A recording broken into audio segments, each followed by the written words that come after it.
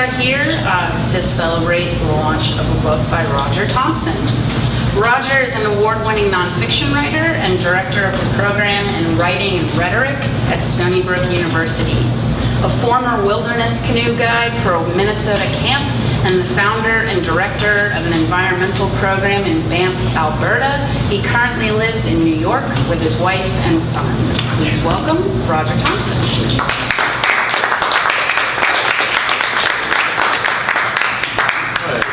Thanks y'all for coming out tonight. Really nice again.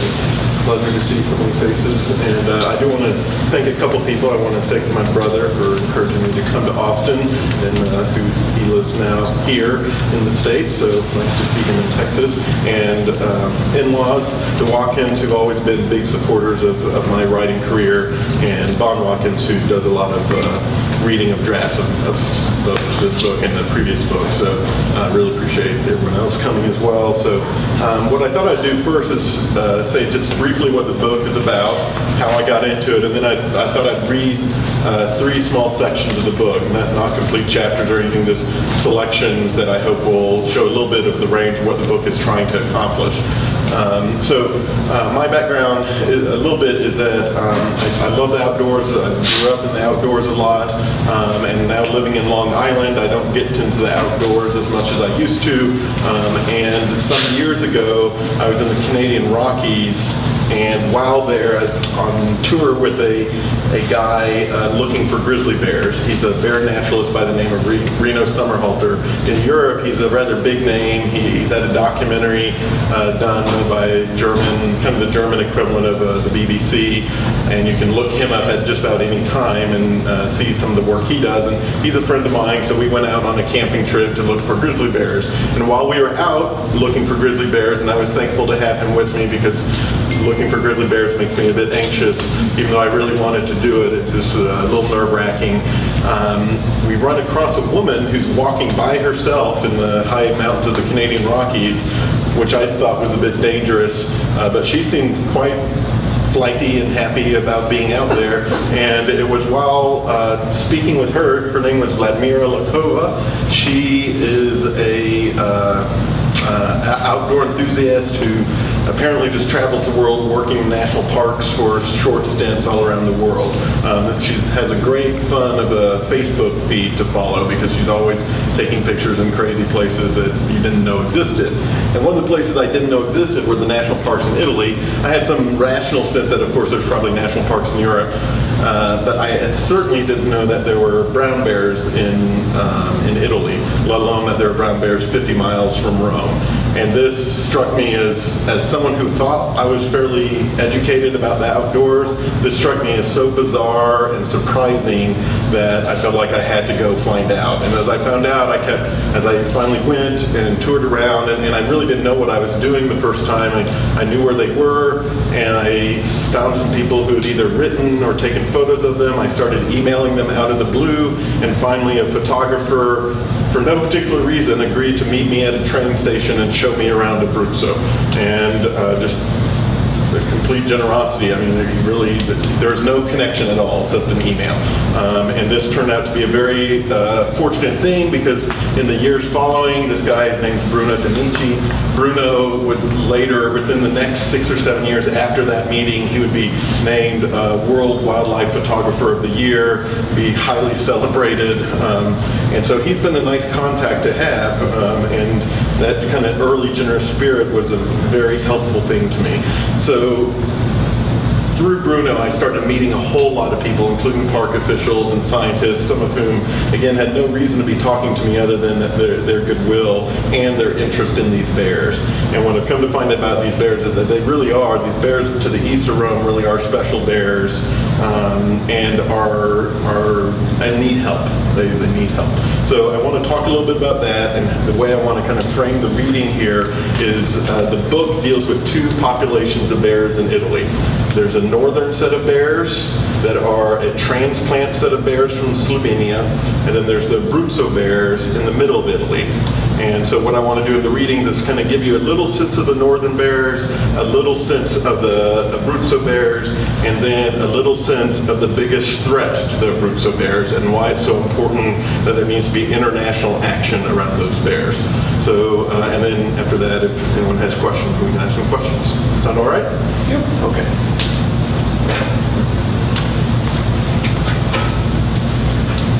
Again, I'm going to be dancing around a little bit here, but I think it's coherent enough it'll hold together despite the flipping from page to page. The 2006 World Cup ultimately became one of the most popular television events of all time, with nearly 27 billion viewers around the world.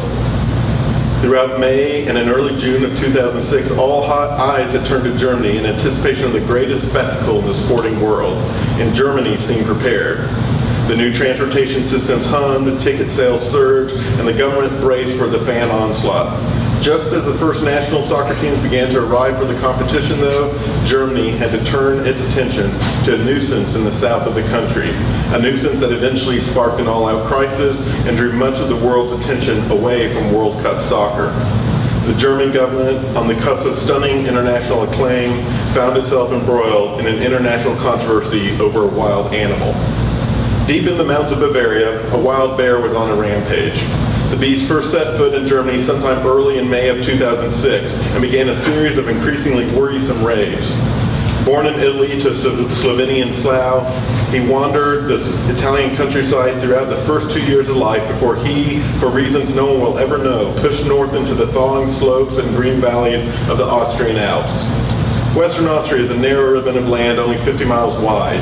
To the north is Germany and to the south, Italy. In 2006, the bear left his Italian home and rambled through the narrow state of Tyrol, Austria, toward Germany, passing ski resorts and tiny farming hamlets. He crossed rivers, fording the wet waters of glacial melt as the first signs of spring came to the alpine villages. He ambled up the Otzal Alps, passing through some of the most remote sections of Austria, where he was first sighted in the small village of Tosens in the Inntal Valley on May 5th, 2006. His timing would prove a problem for Germany. The first World Cup team, the Togo national team, arrived in Germany on May 15th and began its preparations for the competition. 4 days later, the bear, not even 100 miles away, made his first appearance in the country as well. The first sign of a bear in Germany occurred on May 19th, and remember that date because we're going to zoom exactly 10 years forward in just a little bit, like to the day.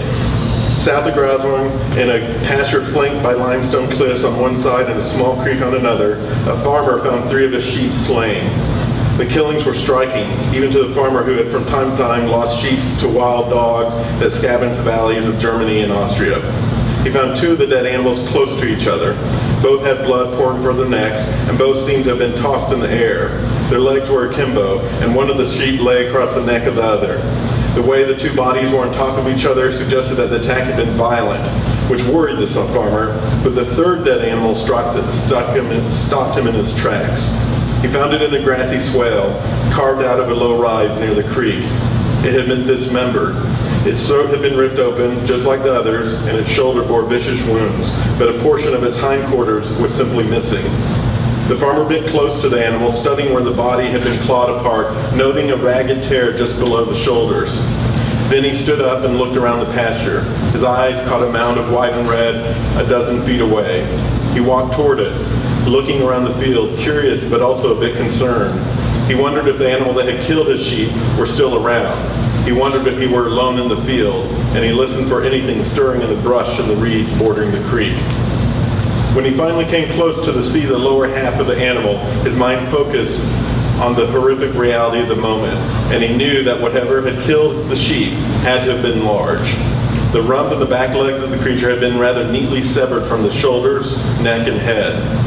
Deep wounds punctured the haunches, and while a steady stream of red spilled from the cavity where the body had been torn in two, most of the wool on the remains was disturbingly white, as though the rear of the animal had been simply popped cleanly from the rest of the animal, carried carefully to this particular spot, and left behind as some sort of exhibit. The farmer knew immediately that this was no ordinary mauling, and he called the local authorities. He contacted regional biologists at government offices and the Bavarian State Ministry of the Environment and Consumer Protection. Ministry officials contacted Austrian officials, who confirmed that a bear had recently caused significant damage in Tyrol. Moreover, they told the Germans that they had listed the bear as dangerous, in quotations, an official classification that meant the bear was prone to attacking other animals and should be dealt with in an urgent manner. After talking to Bavarian officials and hearing about the events in Germany, however, the Austrian experts revised their classification of the bear.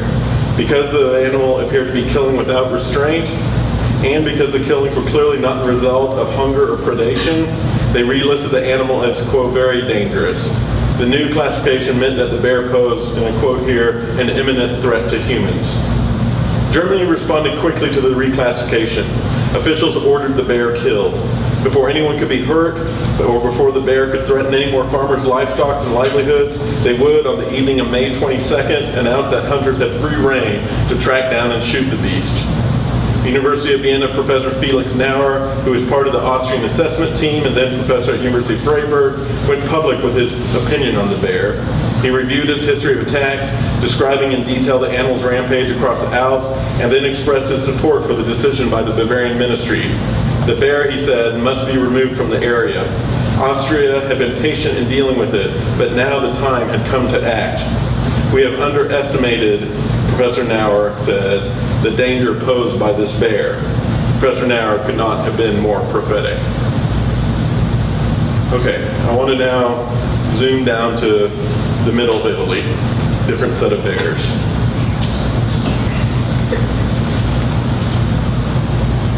Paolo Ciucci leaned back in his chair, debating whether to place another call. It was the summer of 2006. While Bruno romped through Germany, Ciucci was in the midst of a groundbreaking study of the bears of Italy. He was, however, at wit's end. There was only so much one person could do, especially when for 40 years the managers of the National Park of Abruzzo resisted input from scientists outside the region. Ciucci once again had been told no to further funding, and once again he had been saddled with a mountain of bureaucratic forms, documents, permissions, and demands. If the stakes were not so high, he would have left the project years ago. Ciucci, a large mammal biologist, was working from his office at the Charles Darwin Department of Biology and Biotechnology at the University of Rome, where he had studied battalion bears for more than a decade. He conducted field work across Italy, but it was his time in the Central Italian National Park that had shaped his reputation. He was essentially the first scientist other than park naturalist to gain full access to the park and its animals. Before him, the park was effectively closed to the larger scientific community. From the outskirts of Rome, the tallest peaks of the Apennine Mountains are visible on a clear, dry day, so field research is within a relatively short drive for Ciucci. Not satisfied simply working in a lab or crunching numbers on powerful computers, he felt the pull to get into the field in order to investigate the actual on-the-ground conditions of his subjects. What he discovered was that the lab work and the data analysis only told half the story. The other half emerged when local context revealed subtle reasons for surprising trends in data. In Abruzzo, so incredibly close to his office and lab in Rome, he discovered that human culture explained both the plight and the promise of a remarkable group of animals in the mountains of Abruzzo, among them wolves, chamois, and deer, and of course, bears. The popular media likes to call them the Italian Grizzlies, and the label makes some sense. The bears that Ciucci studies are like the American grizzly, brown bears. Because the grizzly looms large in human imagination across national boundaries, labeling them grizzlies conjures images of massive and magnificent beasts and help people understand that these wild bears were not the skittish black bears that traipse through forests around the world. They are large, top of the food chain omnivores. But these brown bears in Abruzzo are very different from American grizzlies and from the Slovenian bears in the Italian Alps, even if they are closely related. They are evolutionary oddities, testaments to 1,000 years of adaptation to place and people. If they were Italian grizzlies, they were in fact more Italian than grizzly. In Abruzzo, the brown bear evolved in especially distinctive ways. Because humans have long dominated the landscape, the bear has adapted to civilization over a time span that few other bears have experienced. Such long histories of human development affect bears directly through activities like hunting, but also indirectly through agriculture, grazing, and the creation of trade routes. Inevitable changes show up both in the daily habits of the bears and the physical attributes of them. and they suggest that the Abruzzo bear, living alongside human for longer than recorded history, is much more than just another grizzly. This animal is an artifact of human-beast interaction and an oddity of evolution that has no real comparison. Documenting the distinctiveness of the animal is the work of scientists like Paolo Ciucci. Ciucci's timing in investigating the state of the Abruzzo bears could not have been better, both for his career and, more importantly, for the bears. As a young scientist who returned from America, he knew he had to demonstrate the value of the type of field work he was doing. He had to distinguish a lineage in terms of schooling, but he hoped to make an impact by bringing large animal mammalogy to Italian mammal science. His first forays were perhaps predictable for a person who'd studied and conducted research in the area around Ely, Minnesota, home of the International Wolf Center. He launched his career in Italy by studying wolves from Tuscany to Umbria, calling on knowledge he'd gained from his time in northern Minnesota. He had his eyes, though, on some larger, more exotic animals in Abruzzo. He knew the mountains were home to a wide array of native fauna, and he sensed that many of those animals lived in relative obscurity. What if, he wondered, he could bring his particular type of scientific inquiry to those animals? What might he even discover? What kind of impact could he have? The question seemed absurd in retrospect. Ciucci knew that the Abruzzo bears were relatively rare, and he knew that no one had bothered to make a really reliable count of them in decades, quite literally almost 60 years. All the information out there was either dated or grounded in hearsay, and he knew that simply providing an accurate, up-to-date census would be a service to the scientific community. What he did not know, or at least what he did not fully appreciate, was precisely how important his counts would be and how significant his investigations into the lives and habits would be. What Ciucci demonstrated, better than anyone before, was not only that these bears were special and distinct, but also that they were critically endangered and facing immediate threats to their survival. Indeed, Ciucci has proven beyond all doubt that without help, the bears of Abruzzo face imminent extinction. Without action, they will disappear forever. So I'm going to skip now to this kind of last part, which is about one of those great threats and what really is kind of a problem that is going to take a lot of effort to undo. I thought I'd say real quickly, though, since that last chapter was about the Abruzzo bears, among some of the more interesting oddities about them is the shape of their head is different than a normal grizzly. It's smaller, the jawline is different, the jaw muscles are different, and that is all evolved because they are virtually completely vegetarian. Occasionally they'll eat a small rodent like a mouse. They'll feed on carrion if it's around sometimes, but they don't attack sheep, they don't attack cows, they don't attack humans. There's never been a recorded attack on a human. On May 19th, 2016, remember that other May 19th? I didn't know that. I didn't know that happened in this book until my first reading. Right? The book launch in New York City. I was like, wow, that's crazy. So I always like drawing attention to it. By the way, in this set of readings also, we're moving through Italy from northern to central to southern. So we're kind of making this path. So May 19, 2016, Giuseppe Antacci sped along a mountain highway in Sicily. He was heading home after a day spent advocating for greater crackdown on illegal land use in the region. And it was a typical spring day in southern Italy with clear skies, temperatures in the 60s and 70s, a few scattered clouds, an occasional shower across the land.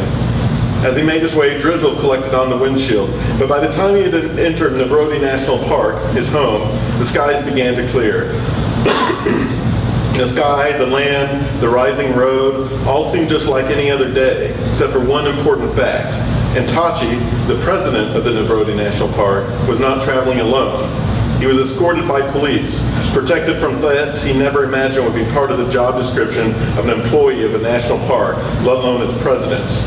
But now, as summer of 2016 and high tourist season approached, he was being driven by bodyguards and followed by a police escort, feeling like a stranger in his own land.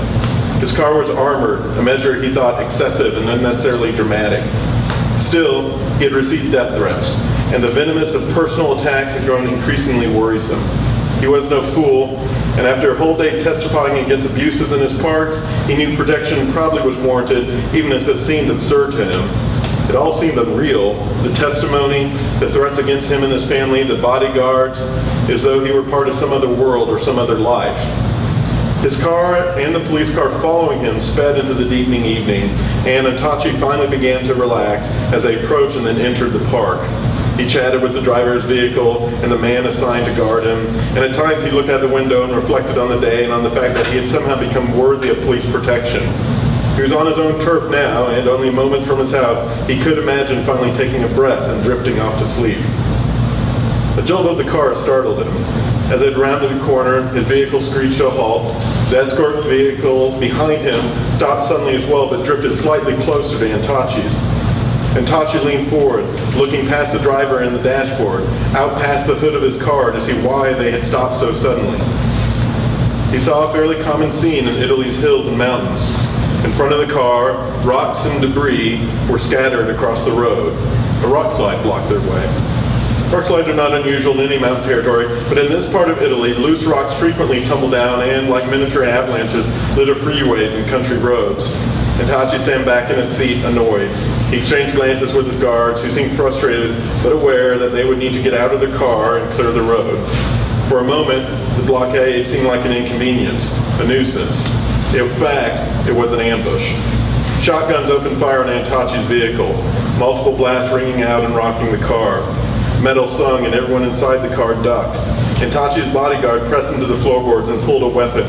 The driver looked for an escape route, but they were pinned between the rocks in front and the police car behind them. More shotgun blasts followed and guards moved into action, the driver now exiting the car and the police in the trailing vehicle leaping out to exchange fire.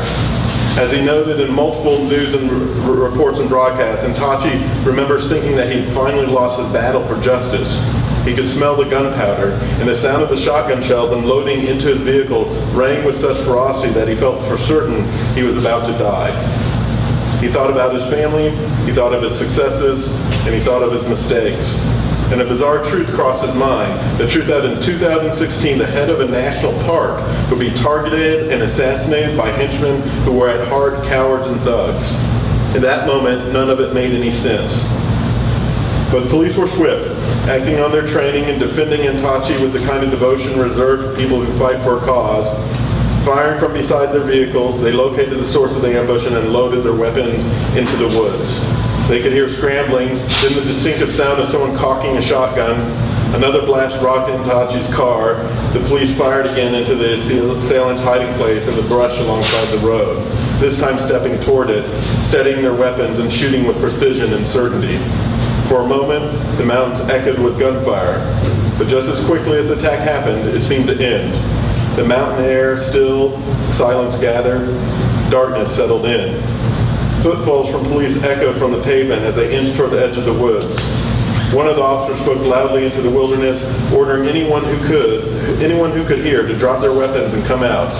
But the officers heard only silence in the distant scuttling of feet on leaves and gravel. One of the other officers poked his head into Antachi's car and inquired after his safety. When he heard Antachi's voice, he knew that the park president had been saved. The assassination attempt had failed. None of the officers had been injured. At least one of the attackers apparently had. Officials found blood on the roadway and on the forest floor. They also found 2 Molotov cocktails prepped and ready to light. The ambushers, the police postulated, had planned to burn Antachi's body inside this car to destroy the evidence of the attack. The burning would have been a gruesome demonstration of their power and would have sent an unmistakable statement to other park officials.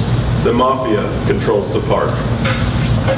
So I think I'll stop there as far as on the reading, and I thought I'd mention real quickly, just a few weeks ago now, actually about a month, maybe 2 months now, Giuseppe Antachi, who's come to be a hero in my mind, was recently ousted from office. He was slated to continue in office until 2018, but Sicily had an election and they put in a strong-arm governor who just kicked him out. When I heard that, I contacted him and immediately booked a trip over to interview him and get in front of him. For the previous times I'd been interacting with him, I actually hadn't interacted in person with him. So he agreed to meet with me in Rome, so I booked a ticket for 2 weeks later. In the intervening week, a person who I've been working with let me know that one of his bodyguards had shown up dead. And in his house of mysterious causes still under investigation. That was on a Tuesday. And then on Thursday, a second bodyguard had shown up dead in his house, mysterious causes still under investigation. And then on Friday, 2 journalists from Slovakia who had interviewed Antaci were murdered on their return trip to their home after interviewing Antaci. So Antaci contacted me and let me know he couldn't meet me in Rome. I said, that's fine, everything's going to be, I won't rush to meet you, it's going to be just fine. So we just talked by phone, though I did go to Italy and made contact with all my folks there anyway. But Antaci remains kind of a central figure, even though he isn't a central figure in this book, except as much as he's the one that's revealed the ways that the mafia is using the park system to make a lot of money, and currently that is now a major threat to these bears. So I'll end there. If anyone has questions, I'm happy to answer it. Oh, thanks. How many times did you go to Italy to research the book, and were you able to see any Abruzzo bears for yourself, or Yeah. you reclusive? So I went a lot. Ideally, I would have been able to spend like a year there just in residence, but just because I work a university job, I couldn't do that. The longest spot of time there, I had a couple stints, one about 6 weeks and a couple stints of 3 to 4 weeks, and then several other smaller trips. And luckily, living in New York, direct flights aren't all that bad. In fact, it's cheaper for me. I grew up in Tulsa. It's cheaper for me to fly to Milan often than to fly to Tulsa. Which Tulsa has its charm. I'll take an Italy trip most days. Otherwise. Quite a few trips. I haven't fully, I get asked this a lot, so I should probably add it all up at some point, so I tell people maybe it helps my credibility somewhat. And as for seeing the bears, yeah, I've seen them a few times. First time from quite a distance. There's a very famous town in Italy called Gioia di Vecchio. Gioia di Vecchio is this tiny town that used to be about 3,000 people, but an earthquake about leveled it, and everyone moved into the valley after that. By the way, that valley didn't used to exist because it had been a lake that's been entirely drained by Rome. It's now just like farmland, right? So when the ancient town was built, they looked down, they were in the mountains looking down over this beautiful, gigantic lake. Now they look down on a empty land, and there's about 12 residents there, maybe, on a good day in the summer. And there's a little overlook. So you come up the pathway into the national park. Right before the national park, you pull off into this overlook in Gioia di Vecchio. It's right behind the little church. And you can look out across this valley, and it's very frequent that there are bears. On the other side, so the valley goes down and up, and on that other facing valley wall, there's very frequently bears. Now, when you look at them, it doesn't look like it's that far until you see the bear, then you realize how far that is. It's a little tiny thing, so a lot of people have, but in the summertime, there'll be 300 people sitting there just waiting for a glimpse of the bear. But I also, one time, went with Bruno D'Amici, and Bruno now he's a photographer, and since he's become rather famous now, the park has granted him special dispensation, and he can wander anywhere in the park. The Italians are very particular about where you go in the park. You aren't allowed to just roam a parkland, and you can't camp in the park, except in very designated places. So there's no wilderness camping in the national park. So there's a lot of areas that you aren't allowed to go, but there's actually no signs telling you that. So there's nothing, unless I still don't know. I've asked, I can't tell you how many people I asked about, how would you know? And they say, well, you're not supposed to go there. I'm like, well, how? How do you know this, right? And everyone just kind of knows, and so no one does it. So Bruno can go to lots of these places. And one time we watched a bear from, I don't know, 60, 70 yards for probably 2.5 hours as he kind of went about his day. It was great. And then at one point he started walking kind of towards us, so we thought, okay, we're going to get up and around him and get out of his smelling zone so we can watch him longer, and we go up. And we lose sight of him for a little while. As he's going down, we're going up. We lose sight, we don't think much about it, but then we come up over this little copse, over this little hill, and he's from here to that camera. He's right there, and stands up on his hind legs and everything. Beautiful animal, gigantic, looks at us, sniffs at us, waits a second, and then darts off, and we didn't see him anymore. So we had this really great close encounter. Bruno was embarrassed because he doesn't want to disturb the bears. I thought it was amazing. And, And what's funny is that unlike my time in the Rockies, which whenever I hike or I'm out in the Rockies, I'm really good about making noise. When you're in bear country, you should be making noise. You shouldn't be traveling alone, which is why I still don't understand Vladimira walking by herself in the mountains. It just seems crazy to me in that area, especially. I was just nervous all the time, but because I knew the history of these bears and know what they're like, I could appreciate, it was like seeing a deer in your backyard or something where you could really just sit and observe it and just kind of think, oh my God, look at how beautiful and amazing that animal is, right? And so that's the experience I had with the bear in Abruzzo. It felt completely different than my time in the Canadian Rockies, like utterly. So no anxiety at all. So may not be good. It may be good. So how many of these gentle giant Abruzzo bears do you think are left versus the bad meat-eating German bears that were at the beginning? Yeah, so it's interesting. The bears in the north it's part of a very ambitious rewilding campaign. So they're pulled from Slovenia, and their first few years that they were successful beyond any hope, right?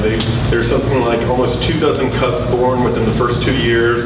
They repopulated Italy, Austria, and that bear in Germany, Bruno, who's an incredible bear. If you Google it, you'll be amazed that, it involves WikiLeaks, the State Department gets involved, the U.S. State Department. It's an astonishing story. It's in the book. So you should read it. It's really wonderful. Those bears it was lauded as a success for the first few years because there were so many bears, and this first bear in Germany in 150 years. But these bears kept coming into conflict with humans, and so the local population got to a point where they really didn't like the bears, right? So, and then suddenly they started dying off, and no one knew why exactly, probably being poached or poisoned. And so that population has shrunk also. I'm not sure their current numbers in Italy or the greater wilding, but it's nowhere near what they were hoping for, even though initially it looked like it's going to exceed it. The Abruzzo bears, our best estimate is about 50 bears left. 50, right? So you hear about rare animals. We're talking about 50 of these bears left, right? And the nice bears. The nice bears, the amazing nice bears, the vegetarian bears, right? Whose even their DNA is even different than their mitochondria is different. They've done all sorts of deep genetic analysis of their lives, all within the last 5 years. Of hair samples and such, so they can count the bears. If you talk to a lot of the scientists in private, many of them say the closer number, and I'll share it with you because I think it may drive more action, a better estimate, more precise estimate is probably 38, right, which is a very precise number. This year I know there's been at least 6 cubs born, so let's pretend like the 2 that got killed last year by poachers didn't die. So let's go 38 plus 6, right? So we're looking at numbers low 40s, okay? The main issue, that number could probably be sustainable for a while without genetic degradation, but the issue is that there are maybe 12 or 13 breeding females, and the story in biological circles is that if you get below 7 or 6, the species is done, right? There's not enough genetic diversity to allow it to continue. So the female breeding side is really a problem. They're within range of seeing that goes away, and that's what everyone's worried about more than just the sheer number, which is still way too small of a number. The real concern is the number of breeding females. Yeah, thank you. Yeah. So how did the bear who was causing all the trouble, how did that end? Oh, that's a great question. You know the best way to find out about that? In the book. I don't want to spoil it for the people who are engaged in the reading. I feel like that was going to be your answer. Yeah, this is probably predictable there. But let's say it's quite an adventure, let me say that. And even though I read a part where Germany puts a hit on the bear and says, we're getting rid of this bear, there was such public outcry about that bear that they had to retract it. And so that bear continued to go across Germany. Bruno the bear was on the cover of German magazines and newspapers more than most other public officials in Germany, except for Michael Jackson. Okay, that's what a big deal is. The most And popular. none of those sheep got their picture on the front of it. Actually, surprisingly, some of the maulings were in the newspapers in color, right? Which is, they're graphic. I mean, there's one where the face has been essentially peeled off the bone. It's really awful. I could describe it in more detail. But, That's okay. The popularity of the bear is hard to overstate because, the World Cup's going on, all this media is in town looking for human interest stories, and instead find bear interest stories. And people just go crazy. People start leaving the soccer games to go try to find Bruno, right? And Bruno's not a bear you want to find because he has zero worry about humans, right? And is mauling and killing right next to them, right? And so, in fact, Reno, my Canadian bear naturalist friend, he actually thinks that the bear was misclassified. He points to several behavioral things that suggest that even though he was killing animals, he was not a danger to humans. I kind of fall on the side of the Germans here. I think he was probably pretty dangerous at this point. Yeah, but I mean, so for instance, the most popular video game that year on the entire planet was Search for Bruno, right? And all it did was all you had to do. The police were going around looking for him, and you just had to have him hide so that they couldn't find you. That's all it was, right? And there's a great moment when Bruno. The police are out looking, and there's this great cultural thing going on because the Germans are so proud of their efficiencies, right? This is a cultural point of pride to this day, right? A very orderly, efficiently run country, right? And Bruno just made a mockery of him, right? He was unable to be caught, which didn't make any sense given the small area he was in. And one night, all the police are out looking for Bruno, and Bruno wanders into a town and just lays down on the front steps of this one building. It's a police department building. He's hanging out on the front steps of the police department building while they're out looking for him. It's you couldn't ask, if you're a writer, you couldn't ask for better material.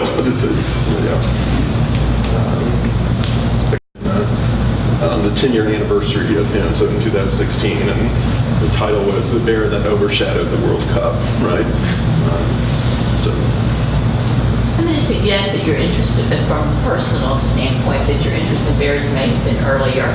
When I visited you in Virginia, you conveniently left your wife and child and me in a little isolated cabin in the woods that was all surrounded by a hay farm that had bears in Virginia. And a bear came to your back door because Laura, your wife, had put out the trash.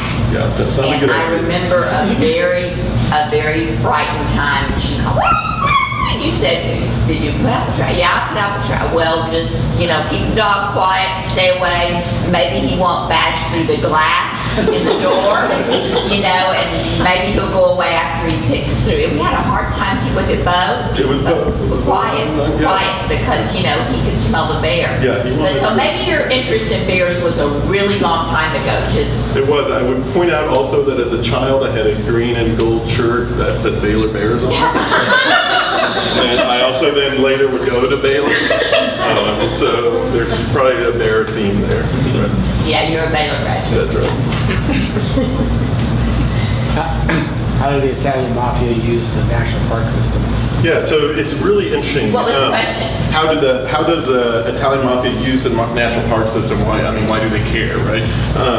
And it's super interesting because Giuseppe Antacci noticed that, so in Italy, there is a long tradition of the sense of private property rights that we have in the U.S. does not translate to the Italians, right? There's a long history there. If you are an average citizen and you need some wood to make it through winter, you can go on the nobleman's land and cut down some trees and heat your own house. The nobles hated it. The plebeians all loved it, right? This tradition is in place, and it's codified. It's part of public policy that I can go, if I want to go get some capers on your land, if they're wild growing, I can go grab some. If you got an apple orchard and I want a few apples, I can go get as long as I'm not taking them to profit or ruining your livelihood, your land's my land to some degree in Italy, okay? This extends even further to the national parks, okay?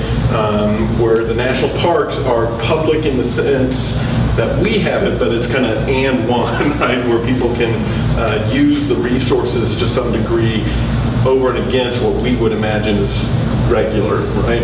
And the way this has happened in Italy is that people have used this as a loophole to start raising cattle on the national park lands. And they are doing it without paying leasing rights under the auspices of this kind of tradition. They are also doing it in order to sluice EU subsidies for beef. Okay, so they're also grazing non-Italian cows, beef birds on parklands, on national parklands.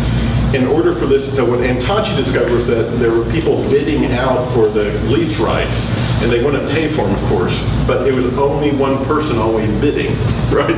And he knew darn well more people wanted to use that land for different things. And so what had happened is the mafia had collated power, had one person go forward and bid out, and then would also run cattle beyond what was legally allowed, so larger herd than allowed. And then they would take the subsidies to support that cattle herd, and basically, so really just a swipe of a pen. It's a zero risk investment for the mafia, right? So in part of this research also, I interviewed the head of anti-mafia of Italy, and this is a side note that I'd like to point out to people. The head of anti-mafia in Italy also has new titles, the head of anti-mafia and anti-terror. And I usually ask people, I say, well, tell me about the last terrorist attack in Italy. You'll rack your brains for quite a while. And the reason is because the mafia is in the business of transporting human beings, right?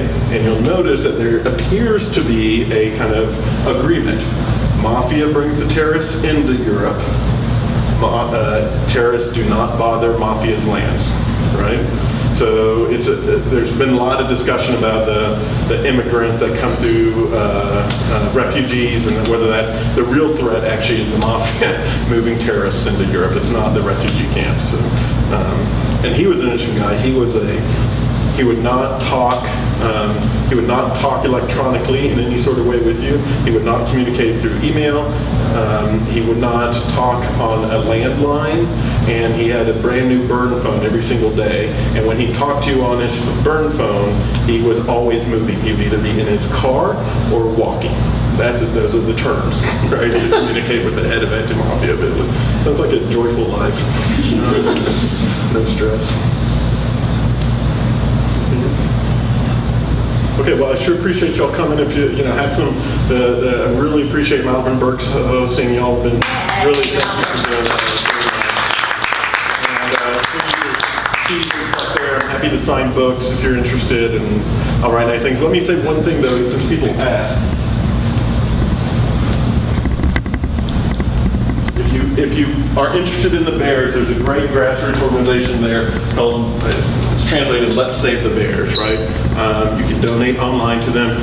They have this brochure, and I told them if they would get it into English, I would hand them out. So please take one anyway for them since they did that. There's still some nice, charming Italianisms that didn't make the translation exactly right, which is, to me, kind of charming. But they're really great folks, and they're on the ground defending the bears and doing really smart things, both legally and just volunteer-wise, to help the bears. So one of the brochures are over there if you're interested. Okay, thanks you all so much. Appreciate it.